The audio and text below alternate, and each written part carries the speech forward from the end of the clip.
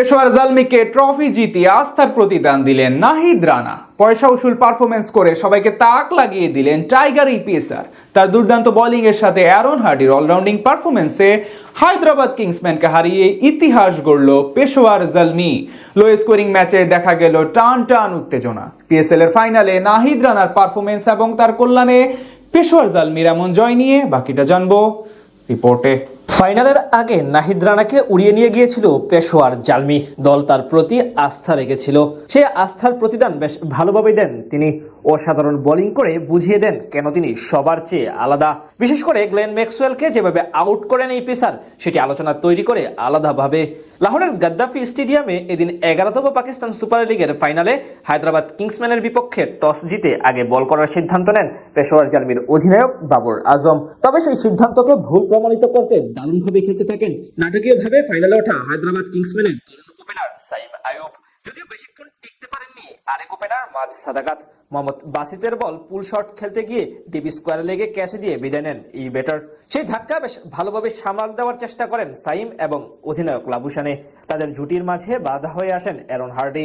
স্বদেশী বোলারের বিপক্ষে স্কোয়ার কাট খেলতে গিয়ে ক্যাচ তুলে দেন লাবুসানে। তিনি বিদায় নেন 12 বলে 20 রান করে। ষষ্ঠ ওভারে বোলিং এসে 13 রান দিয়ে যান নাহিদ রানা। পাওয়ার প্লেতে জোড়া উইকেট হারিয়ে 69 রান তুলে হায়দ্রাবাদ কিংসম্যান।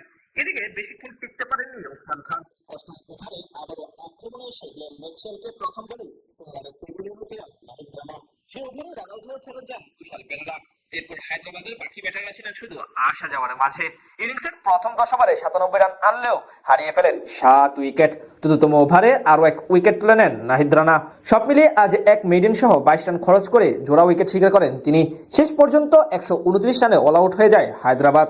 জবাব দিতে নেমে এদিন পেশোয়ার জালমিরও শুরুটা একদমই মন মতো হয়নি। আসর জুড়ে 2 সেঞ্চুরি হাঁকানো অধিনায়ক বাবর আজম এদিন বেশি সুবিধা করতে পারেননি। ফাইনালে গোল্ডেন ডাক মেরে বিদায় নেন তিনি। তার আগে মোহাম্মদ আলীর বিপক্ষে একই ওভারে মোহাম্মদ হারিসও ফিরে যান মাত্র 6 রান করে।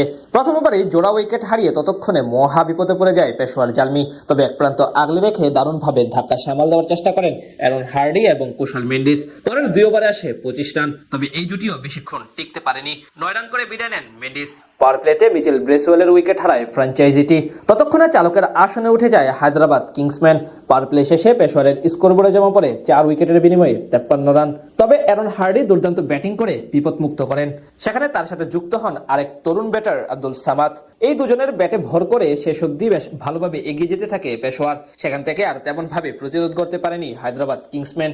শেষ পর্যন্ত চ্যাম্পিয়ন হয়ে আসর শেষ করলেও নাহিদ রানারা দীর্ঘদিন পর শিরোপা জয়ের স্বাদ পায় পেশোয়ার জালমি। বিপরীতে নিজেদের প্রথম আসরে রানার্স আপ থেকেই সন্তুষ্ট থাকতে হয় হায়দ্রাবাদ কিংসম্যানকে।